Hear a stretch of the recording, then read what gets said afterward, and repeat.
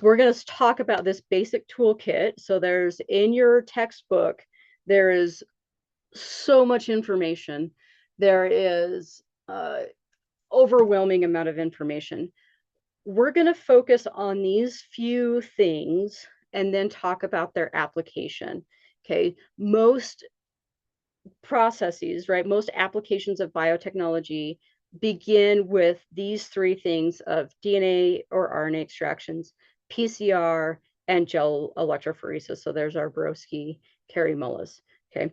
So DNA extractions, we did this as a virtual lab. So check out that protocol for all the details and the video. This link in the lecture slides is actually how you can make a DNA extraction cocktail.